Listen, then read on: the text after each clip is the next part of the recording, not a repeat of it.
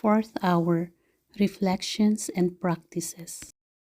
Jesus is hidden in the host to give life to all.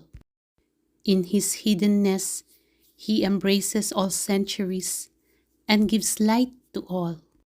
In the same way, hiding ourselves in him, we will give life and light to all with our prayers and reparations, even to the heretics and to the unfaithful, because Jesus does not exclude anyone.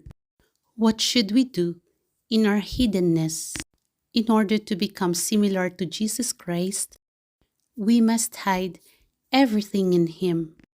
That is, thoughts, glances, words, heartbeats, affections, desires, steps, and works. Even our prayers, we should hide them in the prayers of Jesus. And just as loving Jesus embraces all centuries in the Eucharist, we will also embrace them. Clinging to him, we will be the thought of every mind, the word of every tongue, desire of every heart, step of every foot, work of every arm. By doing this, we will divert from the heart of Jesus all the evils which all the creatures would want to do to him, trying to substitute for this evil with all the good we can do, and in such a way that it presses Jesus to give salvation, sanctity, and love to all souls. In order to reciprocate the life of Jesus, our life must be fully conformed to his own. The soul must have the intention of being in all the tabernacles of the world, in order to continuously keep him company and to give him continuous relief and reparation. And with this intention, do all the actions of the day. The first tabernacle is within us, in our heart. Therefore, we must pay great attention to all that good Jesus wants to do in us. Many times, being in our heart, Jesus makes us feel the need of prayer. It is Jesus who wants us to pray and wants us to gather with him, almost identifying himself with our voice, with our affection, and with all our heart, in order to make our prayer be one with his own. And so, in order to give honor to the prayer of Jesus, we will be attentive to give him all our being, so that loving Jesus may raise his prayer to heaven to speak to the Father and renew in the world the effects of his own prayer. We need to pay attention to each one of our interior motions, because good Jesus now makes us suffer, now wants us in prayer, now places us in one interior state, now in another, in order to repeat his own life in us. Let us suppose that Jesus places us in the circumstance of exercising patience. He receives so grave and so many offenses from creatures that he feels moved to resort to chastisements, to strike the creatures. And here he gives us the opportunity to exercise patience.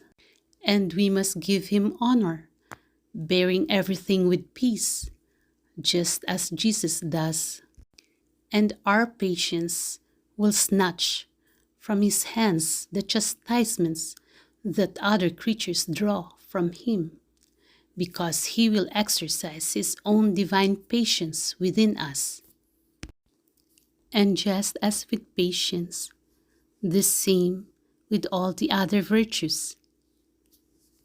In the sacrament, loving Jesus exercised all virtues. From him, we will draw fortitude, docility, patience, tolerance, humility, obedience. Good Jesus gives us his flesh for food, and we will give him our love, will, desires, thoughts, and affections for his nourishment. In this way, we will compete with the love of Jesus. We will let nothing enter into us that is not him. Therefore, everything we will do, everything must serve to nourish our beloved Jesus. Our thought must feed the divine thought, that is, thinking that Jesus is hidden in us and wants the nourishment of our thought.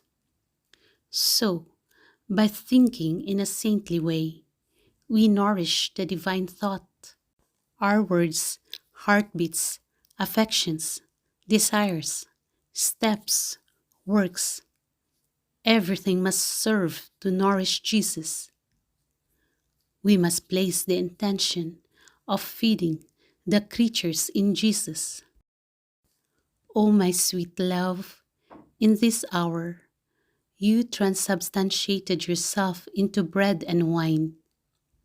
O please, O Jesus, let all that I say and do be a continuous consecration of yourself in me and in souls. Sweet life of mine, when you come into me, let my every heartbeat, every desire, every affection, thought, and word feel the power of the sacramental consecration in such a way that, being consecrated, all my little being may become as many hosts in order to give you to souls. O Jesus, sweet love of mine, may I be your little host, in order to enclose in me, like a living host, all of yourself.